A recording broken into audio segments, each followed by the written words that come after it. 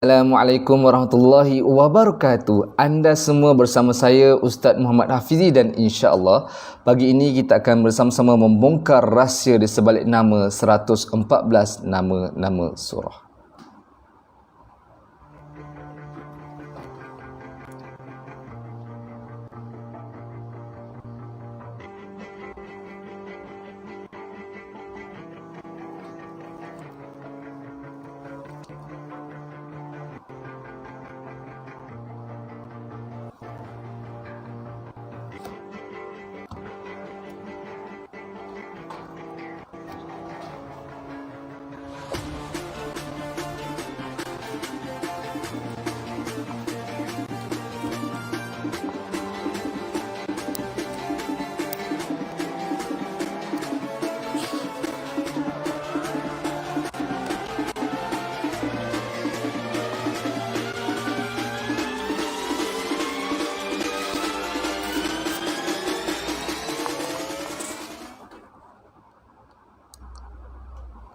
Alhamdulillahirabbil alamin wassalatu wassalamu ala asyrafil anbiya'i wal mursalin wa ala alihi wa sahbihi ajma'in. Qala rabbi shrah li sadri wa yassir li amri wahlul 'uqdatam min lisani yafqahu qawli. Subhanaka la ilma lana illa ma 'allamtana innaka antal alimul hakim wa la haula wa la quwwata illa billahil aliyyil azim. Amma ba'. Assalamualaikum warahmatullahi wabarakatuh. Apa khabar semua yang bersama saya pada pagi ini? Saya doakan sentiasa berada di dalam naungan Allah dan ceria-ceria gembira selalu insya-Allah. Tuan-tuan, puan-puan, muslimin muslimat yang dirahmati Allah Subhanahu Wa Taala, insya-Allah pada pagi ini kita akan membincangkan satu surah yang sangat-sangat perlu kita ambil pengajaran, yang perlu kita dalami, yang perlu kita teliti. Kerana apa? Dalam surah ni menceritakan pelbagai kisah yang ada pengajaran yang perlu kita sama-sama faham dan menghayati, mudah-mudahan kita boleh amalkan dalam kehidupan. Sebelum saya meneruskan perbincangan saya pada pagi ini, mohon saya bantu respon, adakah suara saya jelas ataupun tidak? Boleh dengar ke? Ataupun mungkin boleh komen anda yang di mana? Mungkin boleh respon.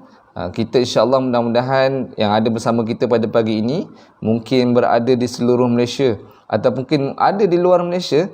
Mudah-mudahan ada manfaat yang boleh diambil dalam perkongsian kita bersama. Pada pagi ini kita berkongsi secara santai. Mudah-mudahan walaupun santai, insya-Allah sampai dalam hati kita dan membuahkan amalan dalam kehidupan kita insya-Allah. Terima kasih.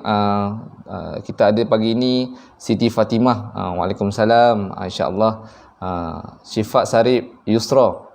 Suara jelas, alhamdulillah. Dan ada juga di Bangi, ada juga dari Telipuk, Sabah. Oh, Sabah pun ada, jauh alhamdulillah.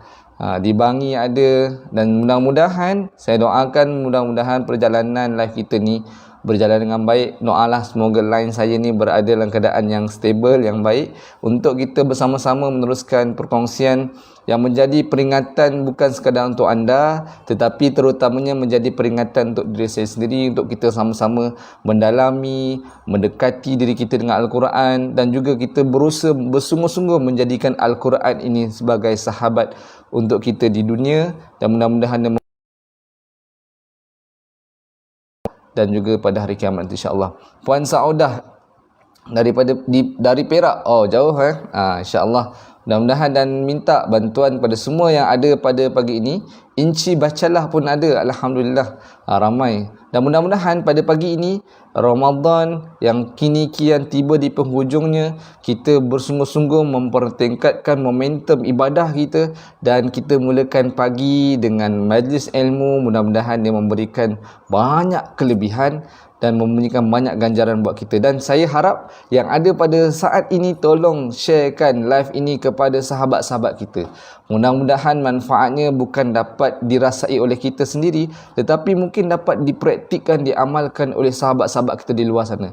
Tolong sharekan di page anda, tolong sharekan di Facebook anda, di grup-grup dan sebagainya. Mudah-mudahan itu akan memberikan kelebihan buat kita semua insya-Allah. Tuan-tuan, puan-puan, muslimin, muslimat yang dirahmati Allah Subhanahu Wa Taala. Seperti mana yang sudah saya bagi tahu sebentar tadi dan kita pun dah ada dalam tajuk di bawah ni, kita akan membincangkan satu surah, iaitu surah yang ke-28, iaitu surah Al-Qasas.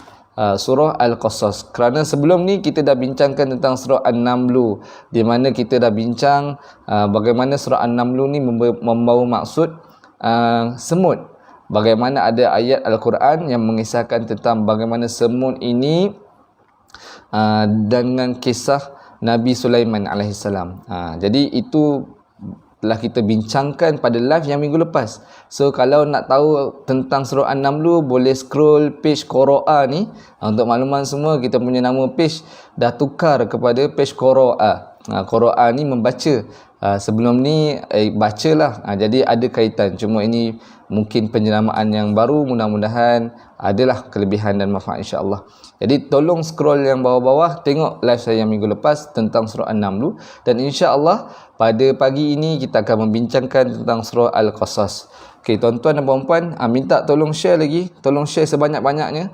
Mudah-mudahan kita dapat manfaat bersama.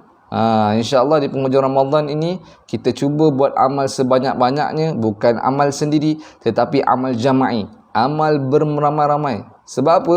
Syurga ni terlampau luas untuk kita seorang sahaja berada di dalamnya. Tuan-tuan, puan-puan, muslimin, muslimat yang dirahmati Allah Subhanahu Wa Taala, dan insya-Allah pada pagi ini kita sama-sama lihat apa yang boleh kita dapat daripada surah Al-Qasas. Secara pengenalannya, surah Al-Qasas ini membawa maksud kisah-kisah.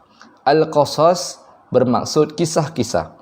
Kalau kita tengok perkataan Al-Qasas sendiri pun, ia dah rujuk dan seolah-olah bunyinya kedengaran seperti kisah-kisah. Sebab apa? Kisah ni diambil daripada perkataan bahasa Arab, tapi Al-Qasas ia adalah kata jamak, jamak taksir kepada kisah yang membawa maksud kisah-kisah, ataupun dalam bahasa Melayu kita sebut cerita-cerita. Cerita apa yang Allah ceritakan dalam surah Al-Qasas ni, insya-Allah kita akan sama-sama menelusuri satu persatu. Mudah-mudahan ia akan menjadikan kita lebih faham tentang surah ini. Dan status surah ini merupakan surah Makkiyah. Tuan-tuan dan puan-puan yang ada sama saya, tolong komen tolong komen. Tolong catat ilmu-ilmu penting yang ada, yang boleh kita dapat pada perkongsian ini. Mudah-mudahan sahabat kita, diri kita dapat manfaat yang lebih bila mana kita berkongsi apa yang kita rasakan. Oh, ini kita kena tahu, ini kita kena kongsi. Jadi sama-sama kita buatlah insya-Allah, tuan-tuan. Okey, terletak pada juzuk yang ke-20, merupakan surah yang ke-28, terletak pada muka surat 385. Jadi tuan-tuan dan puan-puan, sebelum kita pergi ke lebih lanjut perkongsian saya pada pagi ini, untuk lebih merasai perbincangan kita, untuk lebih menghayati perbincangan kita pada hari ini, saya harap yang bersama saya, tolong ambil Al-Quran anda.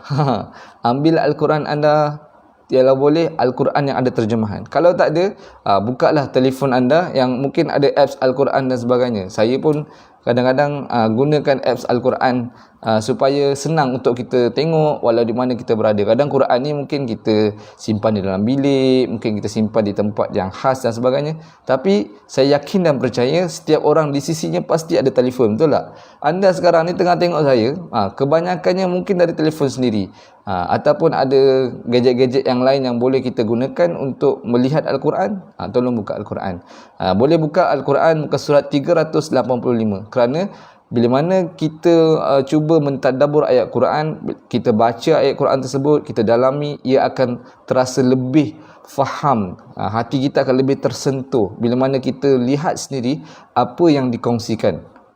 Jadi kita cuba sama-sama, jangan sekadar mendengar, kita pun tunjukkan effort kita untuk benar-benar mendekatkan diri kita dengan Al-Quran. Cuba benar-benar untuk faham Al-Quran. Cuba buka muka surat 385. Kalau sahabat-sahabat kita yang mungkin tertinggal, tolong komen surah Al-Qasas muka surat 385.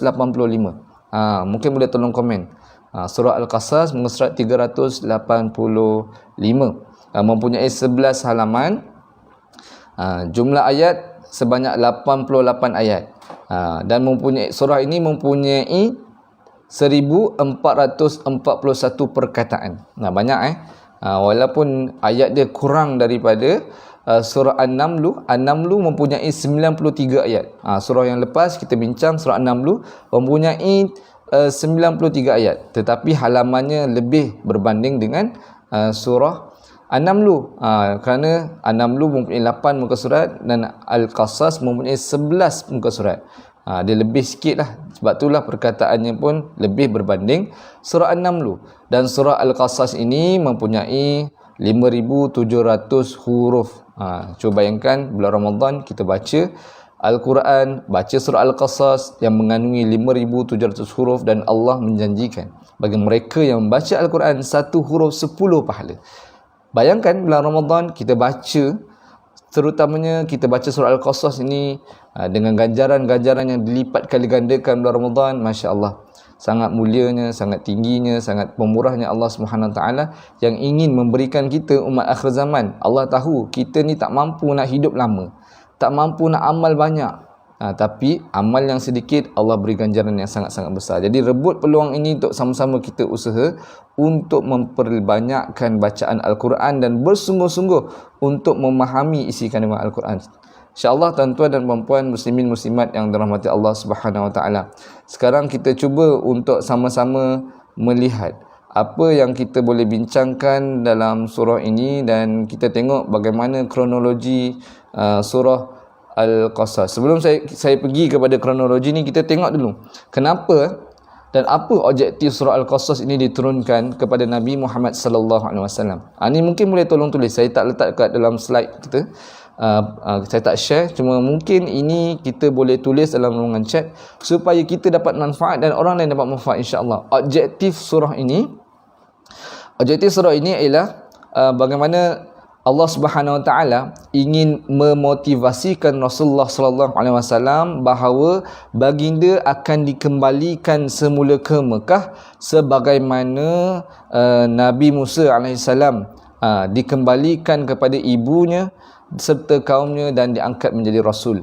Ini adalah objektif surah Al-Qasas, iaitu bagaimana Allah Subhanahu Wa Taala ingin memotivasikan Nabi Muhammad sallallahu alaihi wasallam yang pasti akan kembali semula ke Mekah seperti mana Nabi Musa yang dikembalikan semula kepada ibu kandungnya serta diangkat menjadi rasul. Jadi ini satu benda yang kita kena tahu, sebab surah Al-Qasas ni merupakan iaitu kisah Nabi Musa alaihissalam. Kerana secara totalnya Nabi Musa punya kisah daripada sejak dia lahir, sebelum lahir lagi, maksudnya lahir kecil, sejak lahir hinggalah Nabi membesar, kemudian Nabi Musa alaihissalam diangkat menjadi rasul, dan banyak perkara-perkara dan kisah-kisah kejadian-kejadian yang berlaku kepada Nabi Musa alaihissalam diceritakan dalam surah Al-Qasas. Jadi persoalannya, surah Al-Qasas ni banyak menceritakan tentang kisah siapa? Jawapannya kisah Nabi Musa. Tolong tulis di ruangan chat. Surah Al-Qasas menceritakan tentang kisah Nabi Musa. Nanti kita akan sama-sama tengok kenapa kisah Nabi Musa ni banyak diceritakan dalam surah Al-Qasas. Kenapa? Kenapa Allah memilih untuk menceritakan kepada Nabi Muhammad sallallahu alaihi wasallam, juga menjadi pengajaran untuk kita semua. Diletakkan surah Al-Qasas ini banyak menceritakan tentang Nabi Allah Musa alaihissalam. Itu yang pertamanya. Kalau kita tengok bagaimana kisah Nabi yang akan dikembalikan kepada semula di Mekah, seperti mana kisah Nabi Musa dikembalikan semula kepada ibunya, kembalikan semula kepada kaumnya dan diangkat menjadi rasul. Ia mempunyai hubungan antara ayat yang ke-7 hingga dan juga ayat ke-85. Kalau tengok ayat yang ke-7, banyak menceritakan tentang bagaimana perasaan ibu kepada Nabi Musa, yang Allah SWT perintahkan dia menyusukan anaknya, kemudian dia letakkan anaknya di laut, dibiarkan hanyut untuk menyelamatkan Nabi Musa pada ketika masa kecil. Kerana pada zaman itu Fir'aun ingin membunuh semua anak-anak lelaki. Ini bagaimana tengok zalimnya, kejamnya Firaun yang ingin membunuh anak lelaki kerana dikhabarkan kepadanya pada satu hari nanti akan ada seorang lelaki yang akan menjatuhkan Firaun, yang akan menurunkan tahta Firaun. Jadi ketakutan itu menyebabkan Firaun memerintahkan tenteranya untuk membunuh semua anak lelaki yang ada di Mesir pada ketika itu. Jadi hikmahnya kemudian Allah SWT memerintahkan ibunya untuk melepaskan pergi anak kesayangannya untuk dipelihara oleh Allah SWT, dan banyak hikmah yang berlaku. Dan akhirnya, nak dipendekkan cerita, Nabi Musa ketika kecilnya dihanyutkan pada air dan kemudian dijumpai oleh kaki tangan isteri kepada Firaun untuk dipelihara di istana. Banyaklah kisah, banyaklah hikmah-hikmah, dan akhirnya Firaun pun menerima kanak-kanak tersebut dan dibesarkan dalam istana Firaun sendiri. Bagaimana Firaun tanpa menyadari bahawa anak itulah satu hari nanti yang akan menjatuhkan Firaun. Itulah antara hikmahnya. Dan juga yang keduanya, antara objektif surah ini juga, bagaimana Allah Subhanahu Wa Taala ingin menyatakan persamaan kisah di antara Nabi Muhammad sallallahu alaihi wasallam dengan kisah Nabi Musa alaihi salam. Objektifnya Allah Subhanahu Wa Taala yang kedua ingin menceritakan kepada Nabi Muhammad bahawa apa yang dilalui oleh Nabi Musa boleh berlaku juga kepada kamu. Jadi Allah nak Nabi Muhammad mengambil pengajaran daripada kisah Nabi Musa alaihi salam untuk menjadikan satu motivasi semangat untuk Nabi meneruskan perjuangan dakwahnya dalam sama ada di Mekah ataupun di tempat-tempat yang lain. Itu yang sedikit dah kita tengok objektif surah Al-Qasas. Jadi kita pergi kepada kronologi. Bagaimana Allah Subhanahu Wa Taala ingin menyebutkan beberapa tema-tema utama dalam surah Al-Qasas. Saya ada satu soalan. Ini soalan cepu mas. Mungkin boleh sambil-sambil kita belik-belik Al-Quran, cuba cari pada ayat keberapakah, ni kuis santai lah pada ayat keberapa perkataan Al-Qasas ini ada dalam surah Al-Qasas. Mungkin boleh cari pada ayat keberapa perkataan, pada ayat keberapakah dalam surah Al-Qasas ini ada perkataan Al-Qasas yang digunakan dalam surah ini, dijadikan nama dalam surah ini. Pada ayat keberapa dalam surah ini? Mungkin boleh tolong cari dan tulis di ruangan chat. Saya bagi clue lah, saya bagi clue. Ayatnya ada dalam di antara ayat yang ke-20 hingga ayat yang ke-30. Saya bagi clue. Ni homework sikit lah. Saya tak nak kita ni dengar saja, tak buka Quran kan. Tak nak. Kita jadi pendengar, penuntut ilmu yang proaktif, supaya kita dapat banyak manfaat dan kita pun boleh kongsi manfaat bersama, insya-Allah. Okey, mungkin boleh tolong tulis di ruangan chat. Saya bagi clue. Perkataan surah Al-Qasas ini ada dalam surah Al-Qasas di antara ayat yang ke-20 hingga ayat yang ke-30. Namun tolong tulis di ruangan chat ayat keberapa sebenarnya. Siapa cepat tu saya akan mungkin boleh bagi hadiah lah akan datang, insya-Allah. Santai-santai ni, tapi kita cuba jadi pendengar, penuntut ilmu, berkongsi dengan proaktif, insya-Allah. Bukan kita untuk kita je, kita kongsi juga untuk orang lain, kerana kita akan dapat ilmu yang mungkin jarang kita dapat di luar. Tapi kita santai-santai di rumah, mendengar live, kita dapat sesuatu yang sangat-sangat bermanfaat, terutamanya ilmu Al-Quran, kerana ilmu Al-Quran ni sangat-sangat luas. Okey, kita dah ada pemenang yang pertama. Ini kalau ada hadiah ni memang menang lah ni. Cik Siti Fatimah, dia bagi tahu ayat yang ke-25. Alhamdulillah, tepat sekali.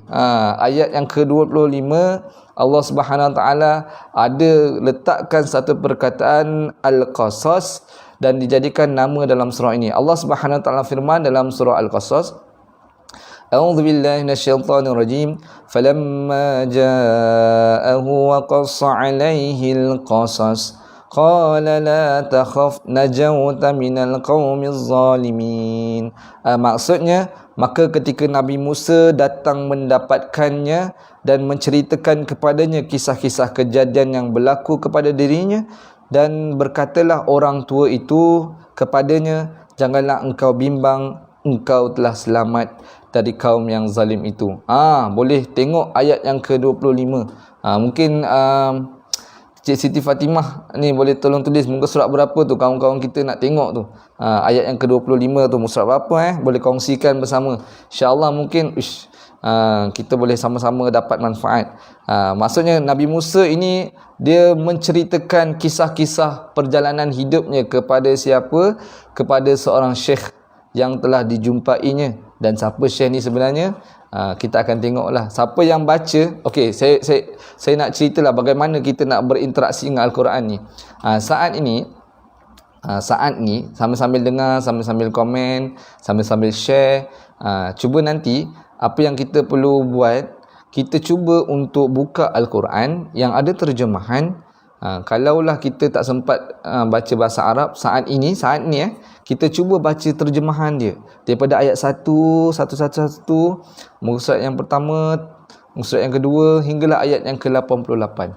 Kita akan tengok bagaimana satu demi satu kisah diceritakan secara detail tentang Nabi Musa, tentang Firaun, ada juga tentang Qarun, ada juga diceritakan tentang Haman dalam surah ini. Dan sudah pasti dia akan menjadikan satu seolah-olah Al-Quran ini bercerita dengan kita. Kalau kita ni ramai yang mungkin suka baca novel, Al-Quran adalah novel yang terbaik yang kita perlu dan mesti kena baca. Kalau kita suka novel tulisan siapa? Fatimah Syarhah lah, mungkin ada yang suka novel tulisan Ramli Awang Mursyid lah. Ramailah penulis-penulis novel yang terkenal di luar sana yang kita suka baca. Sebab kita, bila mana kita baca, seolah-olah kita rasa kita berada dalam cerita tersebut. Tetapi kita jangan lupa pula nak apply perkara yang sama dalam Al-Quran. Bila mana kita baca surah-surah dan ayat-ayat dalam Al-Quran, kita letakkan diri kita berada di dalam itu. Nak letak macam mana? Kena baca terjemahan. Sebab kita orang Melayu, kita orang yang bukannya berbangsa Arab. Untuk baca, sekali baca ayat Al-Quran dalam bahasa Arab, faham sudah. Tapi kita orang yang bukan berbangsa Arab, tak mahir dalam bahasa Arab, jadi kita perlu bantuan terjemahan untuk faham satu persatu apa yang ditulis dan disampaikan dalam Al-Quran. Jadi kalau tak ada Al-Quran terjemahan saat ni, tolonglah beli. Tak rugi pun. Jangan kita sibuk beli baju raya, jangan kita terlalu sibuk cari kereta raya, perabot raya, rumah raya, tetapi kita lupa kita sepatutnya perlu ada Al-Quran terjemahan, sekurang-kurangnya seorang satu, untuk kita bersama-sama memahami Al-Quran. Tolonglah, saya merayulah kepada semua, kalaulah kita ada Saudah Iqra, bacalah pun dia kata dia peminat Ramli Awang Mursyid, tak ada masalah, baca novel tak ada masalah. Saya tak cakap baca novel berdosa, tapi kita perlu apply kaedah yang kita guna untuk baca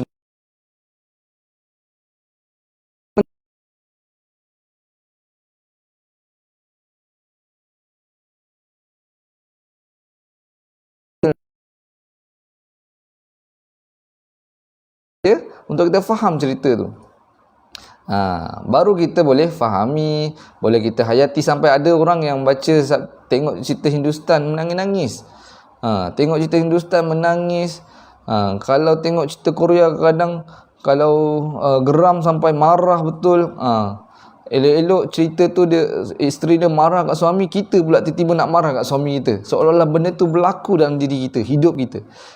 Kenapa kita tak guna kaedah yang sama yang selalu kita guna tengok movie, baca novel dalam kita berinteraksi dengan Al-Quran? Saya tak nak samakan Al-Quran dengan movie, dengan buku cerita, novel dan sebagainya, tapi kita guna kemampuan kita sebagai manusia biasa, masyarakat awam, untuk berinteraksi dengan Al-Quran. InsyaAllah kita bila baca Al-Quran, kita akan rasa sedih, kita akan rasa takut, kita akan rasa gembira, kita akan dapat merasai apa yang dirasai oleh kisah-kisah dalam Al-Quran, insyaAllah.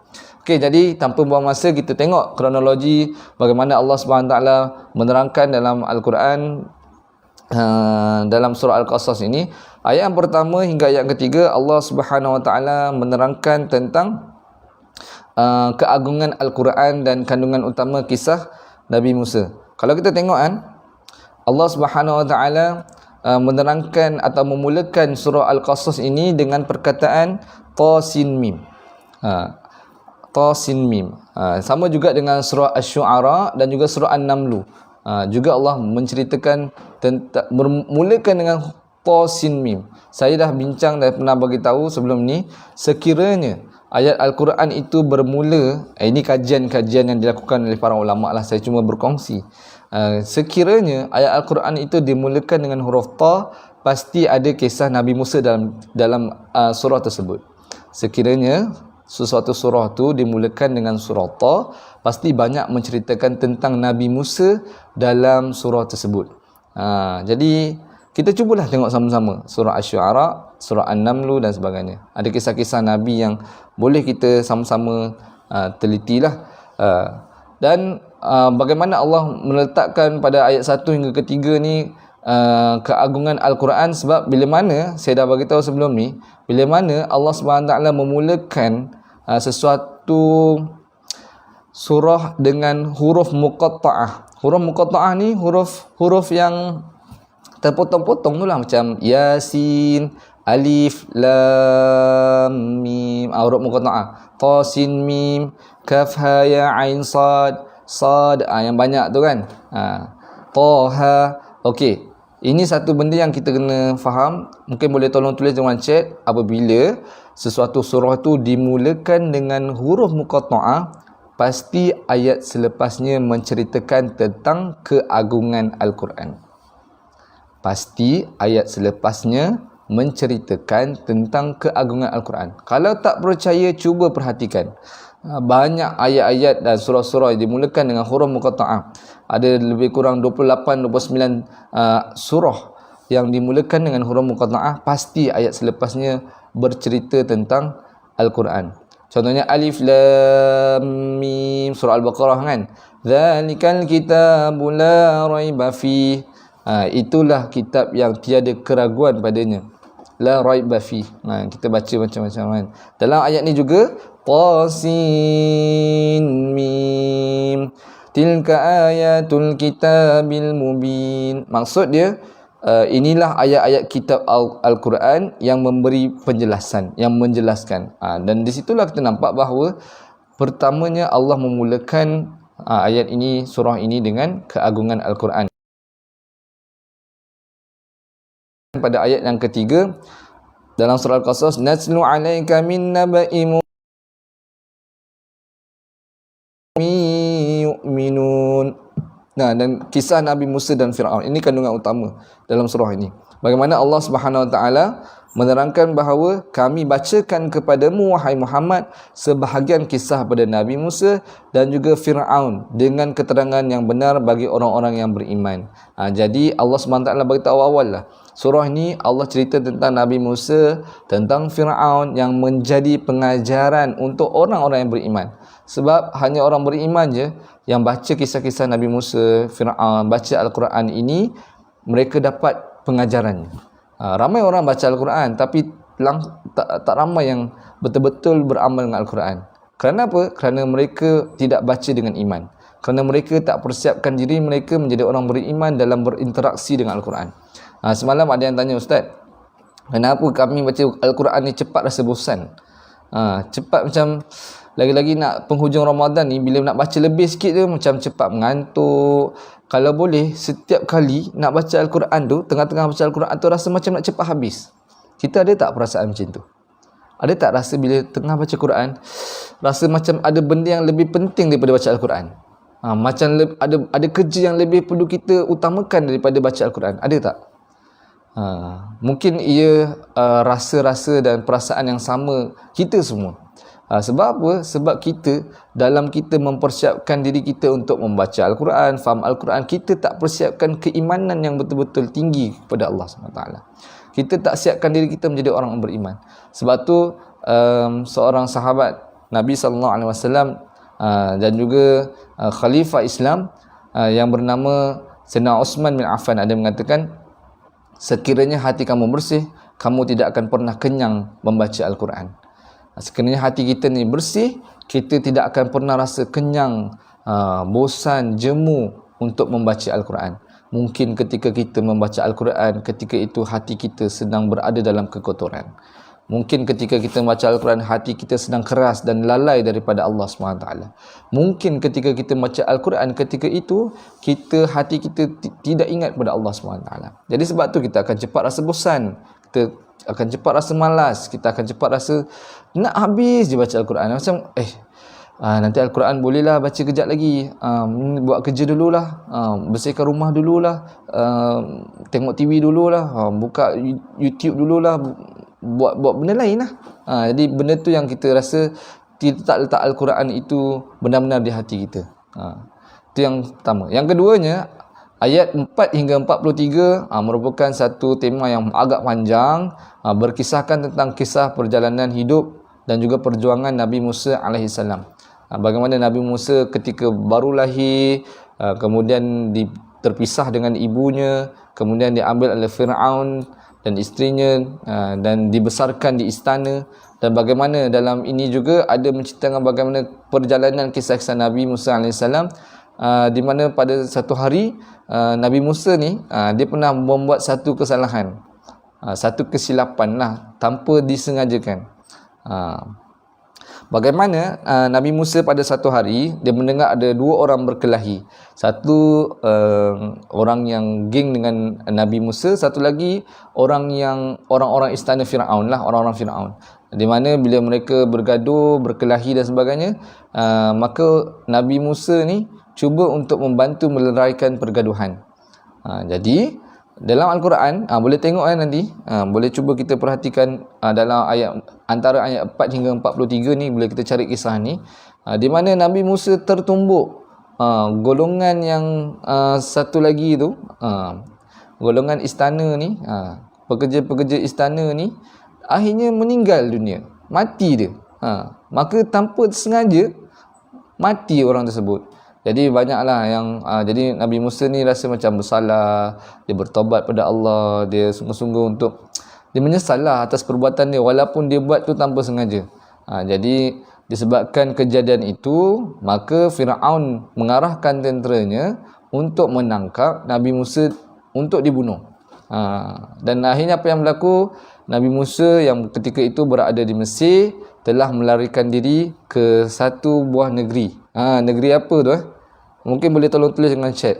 Mula-mula Nabi Musa berada di Mesir. Kita pun tahulah bila mana kita cerita tentang Fir'aun, sudah tentu dia punya latar tempatnya adalah Mesir.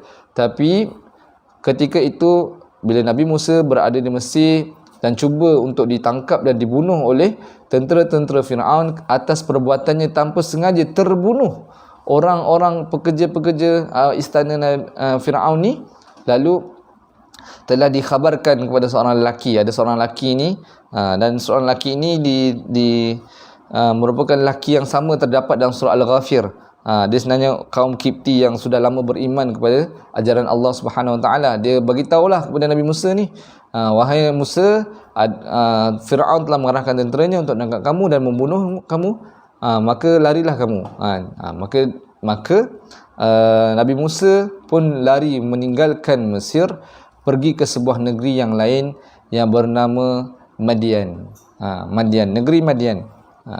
Nabi Musa telah pergi ke Madian. Kalau kita tengok pada ayat yang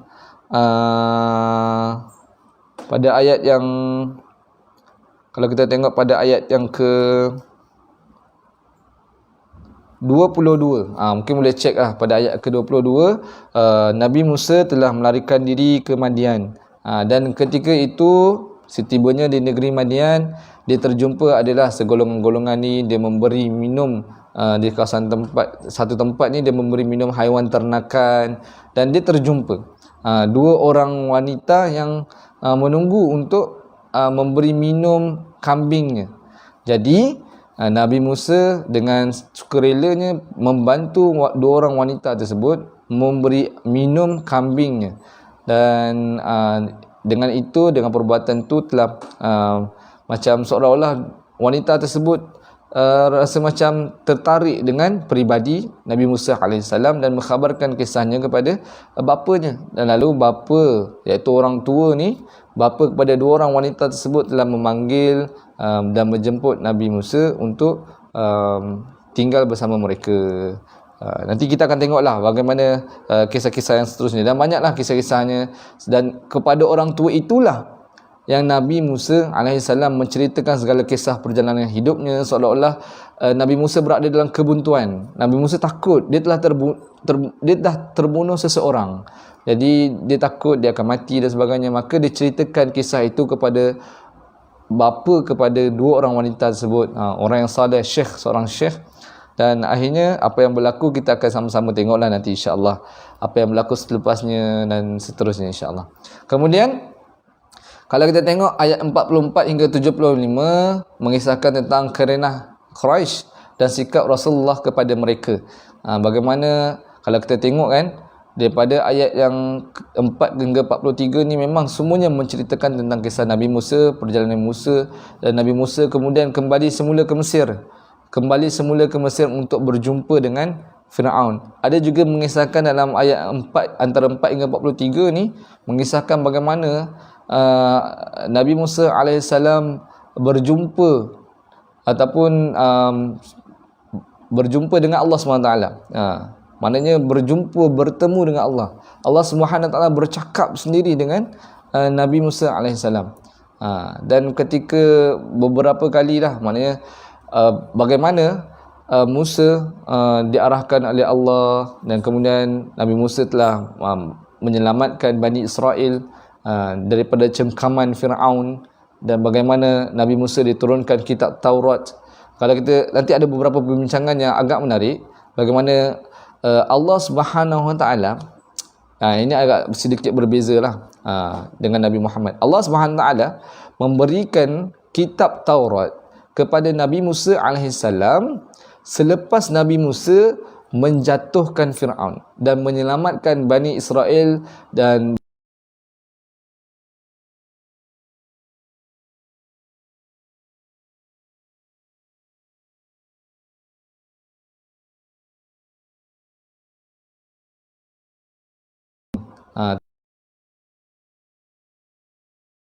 benar-benar untuk mereka beramal dengan agama Allah Subhanahu Wa Taala, dan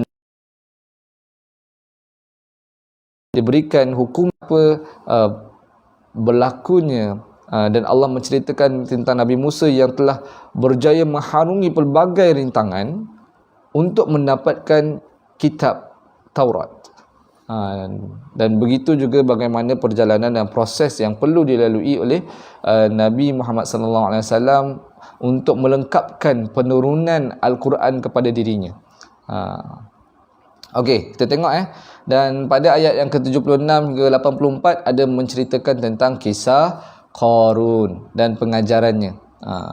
Kisah Qarun dan pengajarannya, bagaimana Qarun ini merupakan orang yang sangat bermegah diri, yang sombong, yang bangga diri, yang takabur, yang rasakan. Kalau kita selalu pernah dengar kan, harta karun kan. Harta Qarun ni, harta karun ni banyak. Maknanya nak dikatakan banyaknya harta Qarun ni, harta si Qarun ni, hingga kan kita kalau jumpa harta-harta dalam tanah, kita akan sebut ini harta karun. Betul tak? Sebab apa dikatakan Qarun ni mempunyai satu simpanan harta yang sangat banyak, sehingga kunci tempat simpanan dia ni sangat-sangat berat dan dibawa oleh orang-orang yang sado. Kalau kita sekarang kan, anak kunci je, bukan harta tau, anak kuncinya tu dibawa oleh orang-orang yang sado, yang sasa, yang kuat, dan sangat berat, sangat banyak. Bayangkan betapa banyaknya harta Qarun ni, dan itu Allah bagi sebagai istidraj kepadanya dan menjadi pengajaran untuk kita bersamalah. Nanti kita akan tengok satu persatu. Dan seterusnya ayat 85 hingga 88 menceritakan bagaimana motivasi dakwah Rasulullah SAW untuk Rasulullah meneruskan perjuangan dakwah, menyampaikan Al-Quran, menyampaikan Tauhid kepada kaumnya.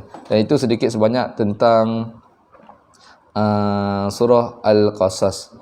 Tuan-tuan dan puan-puan, muslimin dan muslimat dan dirahmati Allah Subhanahu Wa Taala. Dan saya harap semua boleh dengar dengan jelas insya-Allah, dan boleh kongsikan live kita bersama-sama. Yang baru masuk, anda semua bersama saya insya-Allah pada hari ini kita bincangkan bersama-sama surah Al-Qasas. Dan terima kasih kepada yang terus committed memberi komen Puan Saudah dan sebagainya, dan terus istiqamah. Mudah-mudahan kita dapat bersama-sama memahamilah beberapa item yang ada dalam surah Al-Qasas ini, insya-Allah. Jadi tuan-tuan, puan-puan, muslimin muslimat yang dirahmati Allah SWT, sebelum kita pergi kepada pengajaran yang boleh kita ambil dalam surah Al-Qasas ini, saya nak berkongsi sedikit lah. Kenapa surah Al-Qasas ini banyak menceritakan tentang Nabi Musa alaihissalam. Mengapa surah Al-Qasas ini banyak menceritakan tentang Nabi Musa alaihissalam? Kat sini saya bagi 4 item yang mungkin 4 point. Kenapa surah Al-Qasas ni banyak sangat menceritakan tentang Nabi Musa, dan Al-Qasas ini tentang Musa. Kisah ini tentang Musa. Jadi mungkin boleh tolong tulis di ruangan chat, kenapa persoalan-persoalan ni mungkin kita bermain di fikiran kita kan. Kenapa banyak-banyak Nabi, kenapa Nabi Musa juga dipilih?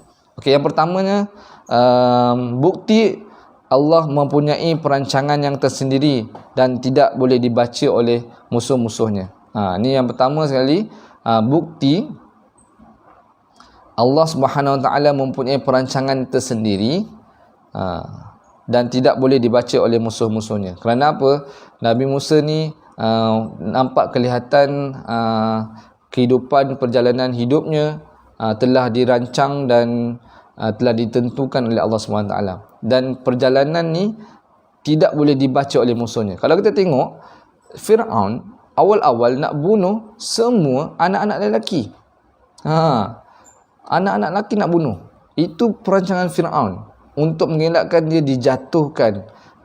Sebab apa? Fir'aun ni orang yang sangat-sangat zalim dan sangat-sangat kejam. Sehingga kan nak kata zalim ni apa dia? Zalim ni bukan orang membunuh-bunuh je kita iktiraf zalim. Zalim ni dia meletakkan sesuatu bukan pada tempatnya. Kerana apa? Kerana Fir'aun telah meletakkan dirinya bukan pada tempatnya. Tempat apa dia letak? Dia mengaku diri dia Tuhan. Ana rabbukumul a'la. Aku adalah Tuhan kamu yang paling tinggi. Lagi hebat daripada Allah. Cuba bayangkan, Fir'aun mengaku dirinya Tuhan yang lebih hebat daripada Allah. Jadi nak katakan betapa zalimnya telah meletakkan dirinya di tempat yang salah, di tempat Tuhan. Jadi itulah menyebabkan Allah murka, dan akhirnya perancangan Allah ini mengatasi perancangan manusia, yang akhirnya Fir'aun tak sedar pun dia telah membawa musuhnya ke dalam istananya. Dia telah membawa Nabi Musa membesar dalam istananya. Ini hebat perancangan Allah SWT. Itu yang pertama. Yang keduanya, kenapa banyak kisah Nabi Musa diceritakan dalam surah Al-Qasas? Ia mempunyai perkaitan. Kedua-dua Nabi, iaitu Nabi Musa dan juga Nabi Muhammad alaihissalam, yang menjadi Rasul dalam keadaan mereka tidak sangka sama sekali oleh kedua-duanya, dan ini merupakan pilihan Allah yang terbaik. Nabi Muhammad tak sangka dia menjadi Nabi dan juga Rasul. Nabi Musa pun tak sangka orang yang dibesarkan dalam istana Fir'aun diangkat menjadi Rasul. Mereka berdua mempunyai sedikit persamaan, di mana Nabi Muhammad sallallahu alaihi wasallam juga, kalau kita tengok bagaimana kehidupan yang sederhana, tetapi Allah angkat dia menjadi Nabi dan juga menjadi Rasul. Itu yang kedua. Yang ketiganya, kenapa kisah Nabi Musa AS ini banyak diceritakan dalam surah ini? Kedua-dua Nabi ini tidak mempunyai bala tentera untuk menghadapi musuh, namun bagi mereka cukup Allah sebagai pembantu dan pelindung. Cukup Allah sebagai pembantu dan pelindung. Kedua-duanya tak ada tentera. Dia menghadapi golongan tentera, golongan musuh Islam yang memerangi mereka, tetapi mereka tak ada tentera. Nabi Musa tak ada tentera, Nabi Muhammad pun tak ada tentera yang sentiasa berada bersamanya dengan kelengkapan perang, senjata dan sebagainya.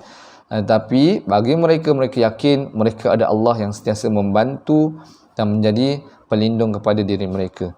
Itu yang ketiga. Dan yang keempat, Allah SWT meletakkan surah ini banyak menceritakan tentang kisah Nabi Musa adalah bagi menjawab Quraisy yang menuduh Rasulullah SAW tidak membawa sebarang mukjizat seperti Nabi Musa. Namun Allah membongkar bahawa manusia tetap tidak akan beriman walaupun ditunjukkan segala mukjizat.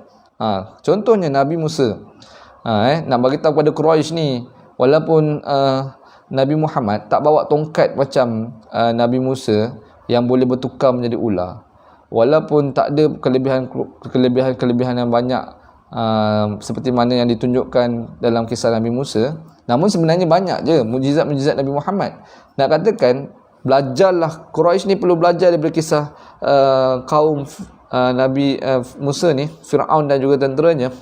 Walaupun Musa telah tunjukkan pelbagai mukjizat, tongkatnya berubah menjadi ular, mengalahkan ular-ular yang ada pada ahli-ahli sihir Firaun dan sebagainya, dan banyak kelebihan-kelebihan yang lain, sehingga kan laut membelah, terbelah, dan membenarkan Nabi Musa dan juga pengikut-pengikutnya menyeberangi laut yang terbelah. Tapi Firaun dan juga kaumnya tetap juga tidak beriman kepada Allah. Nak tunjukkan, kalau tunjuk banyak mana pun, ada juga orang yang tak beriman. Sedangkan dia hanya menuduh-nuduh ni sebagai alasan untuk mereka tidak beriman lah. Dia saja cakap, tunjukkanlah kelebihan kau, tunjukkanlah keistimewaan kau, kuasa kau, tunjuk. Kau ni tak ada macam Nabi Musa lah. Nabi Musa ni banyak ini. Tapi nak bagi tahu, Nabi Musa yang tunjuk banyak dah segala kelebihan dan mukjizat dia pun, masih ramai yang tak beriman.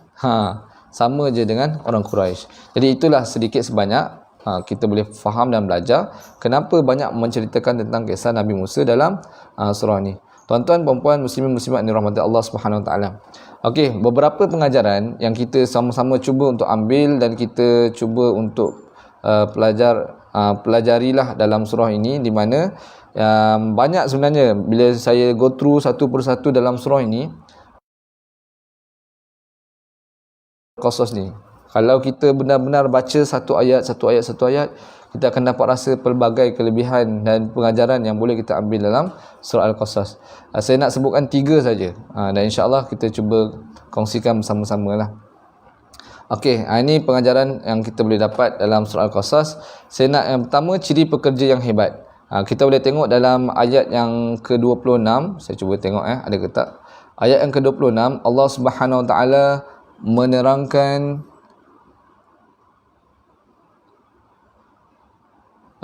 bagaimana kisah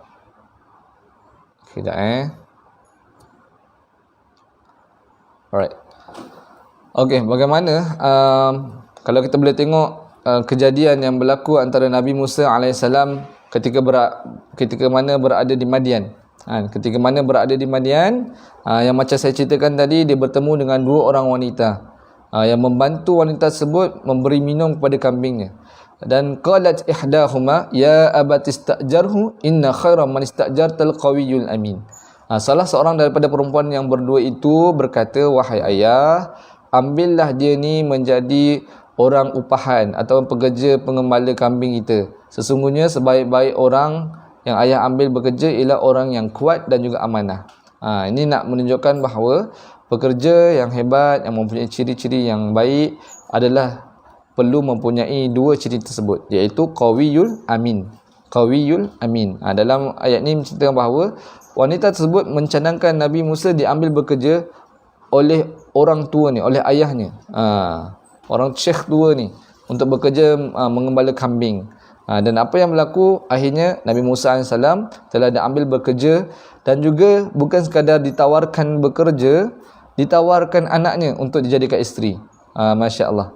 Hebat orang-orang yang qawi dan orang-orang yang amin ni, Allah Subhanahu Wa Taala memberikan banyak kelebihan.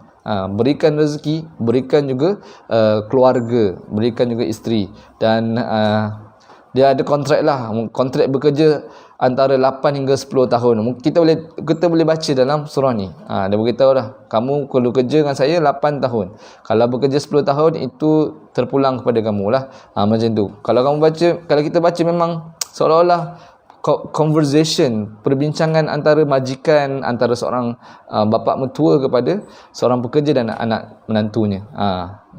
Itu benda yang biasa. Tapi apa pun yang saya nak katakan kat sini, bahawa kita, semua orang kat sini bekerja, betul tak? Kita ada tugas, kita ada amanah, dan kita kena cuba bentuk diri kita ni menjadi 2 ciri pekerja yang diletakkan dalam surah Al-Qasas ni, iaitu qawiyul amin. Kalau kita tengok qawi ni, kuat tak semestinya kita kuat, gagah, sadar dan sebagainya kan. Kalau kita tengok amin ni yang amanah. yang menjalankan tugas dengan baik dan sebagainya. Namun kalau kita boleh cuba perbincangkan dan perhalusi maksud qawiyul amin, dua sifat yang perlu ada dalam pekerja. Mungkin tolong tulis di ruangan chat. Dua sifat yang perlu ada dalam diri setiap pekerja adalah qawi dan al-amin. Qawi ni maksud kuat, ataupun dalam istilah yang mudah kita faham, istilah kita punya team building ni istilahnya kompetensi, iaitu perlu ada kepakaran. Qawi ni perlu ada kepakaran, kecekapan. Contohlah kita bekerja sebagai seorang tukang masak, kita perlu ada kepakaran dalam masakan. Maknanya kalau kita bekerja dalam satu bidang, kita cuba untuk mahirkan diri kita dalam bidang yang kita ceburi, dalam pekerjaan yang kita buat. Contohnya kita seorang kita seorang wartawan, maka kita dalami ilmu kewartawanan, kita belajar cara bercakap, kita belajar cara nak cari maklumat dan sebagainya. Kalau kita seorang doktor, kita cuba untuk jadi doktor yang baik, kita mahirkan bidang-bidang kedoktoran, kita lengkapkan, mungkin kaitkan dengan agama dan sebagainya. Maka kalau kita seorang guru, kita mahirkan cara nak menarik dan menambat hati anak murid, bagaimana kita nak deliver subjek kita tu ada mesej dan konten-konten agama, Al-Quran dan sebagainya. Kita cuba untuk mempertingkatkan kepakaran kita dalam bidang yang kita ceburi. Itu maksudnya qawi ni maksudnya kompetensi, maksudnya kepakaran lah. Kalau kita seorang polis, jadi polis yang pakar. Bila orang tanya, okey ni apa undang-undang yang saya langgar ni, apa dia punya peraturan dia, maka kita boleh sebut di bawah akta sekian. Maknanya kita betul-betul menjadi seorang yang pakar dalam bidang kita. Maknanya kita kena cuba bersungguh-sungguh. Kalau kita ni seorang pensyarah, mungkin atau minat dalam bidang pendidikan keilmuan ni, maka kita tambah lagi ilmu-ilmu kita, supaya dengan itu kita ni dapat menjadi khalifah dan juga hamba Allah yang baik. Sebab tu bila mana kita menjadi seorang yang pakar, kita akan mampu memberikan sesuatu kepada masyarakat, terutamanya kepada agama Islam, insya-Allah. Dan juga ciri yang kedua yang perlu ada dalam diri seorang pekerja adalah amin, iaitu amanah. Kita kena berusahalah menjadi seorang pekerja yang amanah, menjalankan tugas dengan baik. Dan juga kita cuba bersungguh-sungguh melaksanakan tugasan-tugasan tu pada masanya, pada keadaan yang terbaik, dan itulah yang diletakkan, digariskan dalam Al-Quran. Memang kita manusia tak ada yang sempurna, mungkin ada kekurangan, tetapi dalam masa ke semasa kita cuba untuk letakkan qawiyul amin ni ada dalam diri kita. Cuba kita perbaiki diri kita dari semasa ke semasa. Kita ada pengalaman lampau, kita ni selalu buat kerja last minute, kita ni selalu buat kerja lambat, kita selalu ni bertangguh dan sebagainya. Maka kita cuba ubah. Ini peringatan untuk kita semua dan juga diri saya juga. Kita cuba ubah, perbaiki dari semasa ke semasa, dan buat kerja yang terbaik dengan penuh amanah. Jadi kalau kita ada qawiyul amin, insya-Allah apa yang kita buat akan membuahkan hasil, bukan sekadar hasilnya untuk kita, tetapi lebih-lebih lagi bila mana kita applykan qawiyul amin dalam hidup kita, kita mampu memberikan sesuatu kepada agama Islam, insya-Allah. Itu pengajaran yang pertama. Pengajaran yang kedua yang kita boleh ambil, yang ingin saya kongsikan pada pagi ini adalah kita perlu tinggalkan kata-kata yang sia-sia yang kita boleh tengok dalam ayat yang ke-54 dan 55 dalam surah ini. Mungkin kita boleh tengok sama-sama surah ini pada ayat ke-54 dan 55. Mungkin boleh nampak kot kalau tidak nampak, kita boleh tengok sama-sama lah. Allah Subhanahu Wa Taala firman dalam surah Al-Qasas pada ayat 54 dan juga 55. Ini banyak menceritakan tentang wa idza sami'u. Betul ni? Okey, betul. Ayat 54 dan ulaika yu'tauna ajrahum marratan mimma sabaru wa yadra'una bil hasanati sayyi'ah wa mimma razaqnahum yunfikun. Maksud dia apa? Mereka itu akan beroleh pahala dua kali disebabkan kesabaran mereka dan juga kerana mereka menolak kejahatan dengan kebaikan dan mereka mendermakan dari apa yang kami kurniakan. Itu yang pertama lah, maknanya antara pahala antara kelebihan orang yang sentiasa bersabar dan juga menolak kejahatan dengan melakukan kebaikan, mereka akan mendapat pahala. dan menerjemahkan apa yang kami gunakan. Dan yang paling penting sekali, tengok ayat bawah tu, wajah sami'ul lagwa wa a'radu anhu wa qalu lana a'maluna wa lakum a'malukum salamun alaikum la nabtagil jahilin. Ini mau maksud, dan apabila mereka mendengar perkataan yang sia-sia, mereka berpaling daripadanya sambil berkata, lana a'maluna walakum a'malukum, dan bagi kami amal kami dan bagi kamu amal kamu, selamat tinggal kamu, dan kami tidak ingin berdamping dengan orang-orang yang jahil. Kita ni ni nak katakan kita perlu cuba untuk ni, boleh tengok dalam ayat yang ke-55 lah, secara mungkin lebih boleh fokus pada ayat 55 dalam surah ni. Bagaimana kita ni kalau boleh jangan hidup bersama mereka yang selalu melakukan perkara yang sia-sia. Jangan, kalau boleh, kalau kita jangan pergi kepada kumpulan-kumpulan yang dia bercakap tentang benda-benda yang mengarut, benda-benda yang sia, mengumpat, membawang, mengapa lagi kan, memfitnah. Kita jangan tergolong dengan golongan itu. Kita cuba berlepas diri daripada golongan-golongan seperti ini. Kadang-kadang golongan ni bukannya golongan-golongan yang jahil, tapi termasuk juga golongan-golongan orang-orang yang mungkin agamawan, orang-orang yang berkedudukan, yang berjawatan. Bila mana kita ada terasa perasaan nak bercerita tentang sesuatu yang lalai, yang lara, kalau boleh kita tinggalkan.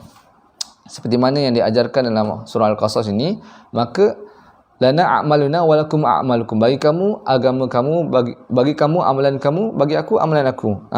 Jadi salamun alaikum, maka dia tinggalkanlah, maka kita tinggalkanlah golongan-golongan yang suka bercakap perkara-perkara yang sia-sia. Maknanya kalau boleh kita biar ada dalam circle yang memberi manfaat kepada diri kita, bukan sekadar berbentuk keduniaan tapi berbentuk akhirat, berbentuk kebaikan dan juga manfaat akhirat. Kalau boleh kita jangan duduk dalam circle yang banyak melalaikan kita. Kita elakkanlah supaya kita tidak terpengaruh dengan mereka. Itu yang kedua. Dan pengajaran yang ketiga yang kita boleh ambil dalam surah Al-Qasas ini yang saya petik, kita jangan kita sombong dan jangan kita bermegah. Ini diceritakan dalam ayat berkenaan dengan Qarun, ayat 76 hingga 84. Boleh tengok Qarun 76 hingga 84 mana okay, ni kot. Alright. Ini berkenaan dengan Qarun. Allah Subhanahu Wa Taala merakamkan Qarun. Sebenarnya ramai yang tertanya-tanya, Qarun ni siapa sebenarnya kan? Dia hidup zaman Nabi Muhammad ke zaman Nabi apa sebenarnya? Ni hari ni saya nak revealkan kepada kamu semua siapa dia sebenarnya Qarun. Di mana Qarun ni dalam ayat yang ke-76, mungkin boleh kita cek sama-sama. Dalam ayat yang ke-76 Allah Subhanahu Wa Taala firman dalam surah Al-Qasas, inna qaruna kana minal qaumi Musa fabagha alaihim, sesungguhnya Qarun ini adalah ia dari kaum Nabi Musa. Tak katakan bahawa Qarun ni hidup pada zaman Nabi Musa, Nabi Musa lah. Jadi kena ingat, mungkin boleh tolong tulis dengan chat Qarun hidup pada zaman Nabi Musa. Dan dia sangat-sangat kaya lah, sangat-sangat kaya. Dan akhirnya ada dijawab dalam ayat yang ke-78. Qarun menjawab dengan sombongnya, qala innama utituhu ala ilmin indi, sesungguhnya aku diberikan harta kekayaan ini hanyalah disebabkan pengetahuan dan kepandaian yang ada pada diriku. Bayangkan dia ada sebanyak-banyaknya harta ni, dia dengan bongkatnya mengatakan bahawa itu semua adalah dengan ilmu dia, pengetahuan dia dan kepandaian dia semata-mata. Ini dengan bongkaknya dia, dengan sombongnya dia, maka Allah memberikan balasan hingga melipatkan bumi ini, menghempapkan dia. Sebab tu ramai yang katakan semua yang duit-duit kat harta-harta dalam tanah ni semua harta Qarun. Sebab Qarun harta dia telah digulung di dalam tanah. Itulah azab-azab yang Allah tunjuk dalam Al-Quran, dalam surah Al-Qasas ini, menjadi pengajaran kepada kita supaya kita tidak menjadi orang yang sombong, orang yang bongkak. Dan kalau kita ada sedikit kelebihan, macam mana saya terangkan dalam surah An-Naml tu, sentiasalah kita Bila mana kita dipuji ataupun kita rasa memang diri kita ni ada kedudukan yang lebih di sisi manusia, kita selalu kena ingat hadza min fadli rabbik. Ini semua daripada kelebihan yang ada pada Allah Subhanahu taala. Jadi kita kembalikan kelebihan-kelebihan kita ni kepada Allah Subhanahu taala. Mudah-mudahan Allah Subhanahu taala memberikan kelebihan kepada kita, dan kita kena ingat bahawa apa jua yang kita buat, apa juga yang kita dapat, semuanya daripada Allah SWT, dan kita ni datang daripada Allah, dan pada Allah lah kita akan kembali. Jangan kita rasa diri kita ni hebat disebabkan kita. Dan sekiranya kita memang dah jadi hebat, kita jadi orang yang berkedudukan, kita kaya, kita banyak duit, jangan kita merendah-rendahkan orang lain. Kalau berlaku pertelingkahan, kalau berlaku permasalahan, jangan kita menghina orang lain, jangan kita menghukum, menuduh, memfitnah orang lain, kerana itu kita khawatiri kita ada sedikit sifat-sifat seperti Qarun, dan kita takut bahawa nanti Allah SWT akan memberikan ujian yang berat untuk menjadi pengajaran kepada kita, seperti mana yang dijadikan kepada Qarun, yang dijadikan pengajaran sebenarnya untuk kita semua. Jadi kita tak nak jadi macam Qarun, jadi kita elakkan. Mana kalau kita hari ni ada perasaan macam aku ni hebat, aku ni yang paling betul, aku ni yang paling kaya, paling berjawatan, semua mesti kena dengar cakap aku takkan pernah ada salah.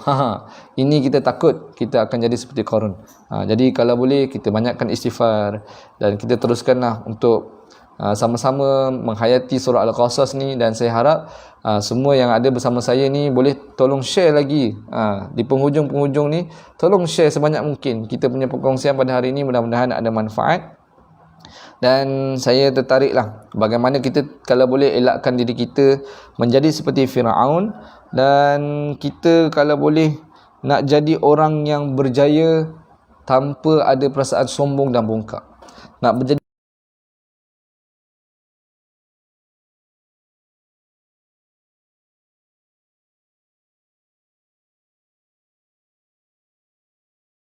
mungkin boleh sama-sama kita buka ayat 67 surah Al-Qasas. Bagaimana nak menjadi orang yang berjaya dan kaya tanpa bongkak dan sombong. Dalam surah ni Allah ada bagi tahu, dalam surah Al-Qasas Allah ada bagi tahu, fa amma man taba wa amana wa amila salihah fa asa ay yakuna minal muflihin. Maksud dia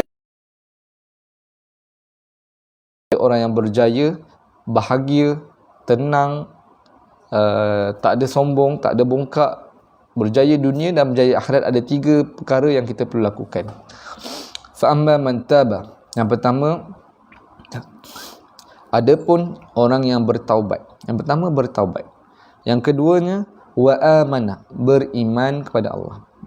Yang ketiganya adalah wa amila salihah, dan sentiasa membuat dan beramal saleh. Fa'asa ayyakuna minal muflihin, dan menjadilah diri mereka orang-orang yang berjaya. Ini panduan yang Allah SWT bagi dalam surah Al-Qasas ayat ke-67. Mungkin boleh tolong tulis di ruang chat. Tolong tulis. Bantu saya untuk tulis di ruang chat. Allah SWT menerangkan bahawa ada 3 perkara kita buat, insya-Allah Allah akan golongkan kita dalam golongan berjaya. Yang pertama, tabah, banyakkan bertaubat, banyakkan istighfar, banyakkan menyucikan diri kita, elakkan diri kita dosa dan maksiat, banyakkan bertaubat. Ambil peluang hujung Ramadan ni, banyakkan taubat. Kita tak nak jadi orang rugi. Keluar Ramadan, banyak dosa lagi. Keluar Ramadan, dosa tak kena ampun. Ni, banyak taubat. InsyaAllah Allah akan bagi kita kejayaan. Yang keduanya, beriman. Jaga iman kita. Jaga iman. Banyakkan amal soleh. Itu termasuk dalam yang ketiga. Dan yang ketiga, perbanyakkan amal soleh. InsyaAllah kita taubat, kita jadi orang beriman, kita buat amal soleh, kita akan tergolong dalam golongan orang yang berjaya, bahagia, tenang, gembira dunia dan akhirat, insya-Allah.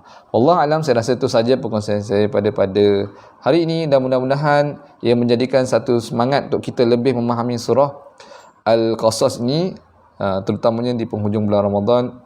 Saya cadangkan tolonglah baca satu persatu ayat dalam surah Al-Qasas fahami terjemahannya, kita akan dapat rasai pelbagai banyak hikmah yang akan kita perolehi berdasarkan surah Al-Qasas insya-Allah. Dan sebelum saya tamatkan kita punya live pada hari ini, saya nak menganjurkan di penghujung Ramadan bagi kita memburu malam Al-Qadar, cubalah untuk kita miliki dan mendapatkan kit Ramadan eksklusif Ar-Rayyan yang dikeluarkan daripada Pacu Resources, yang dalamnya pelbagai banyak item perkara yang kita dapat. Antaranya adalah kita akan dapat buku di sebalik nama 100, sebalik 114 nama-nama surah, dan itu buku yang saya gunakan ni untuk memahami Al-Quran secara detail lah kan, tentang bagaimana kita nak memahami dengan mudah dan kita tak rasa Al-Quran tu satu benda yang berat. Ni buku ni perlu anda dapatkan, dan buku ni ada dalam kit Ramadan Eksklusif Ar-Rayyan. Dan ada yang seterusnya, ada buku DIY hafaz Quran di rumah.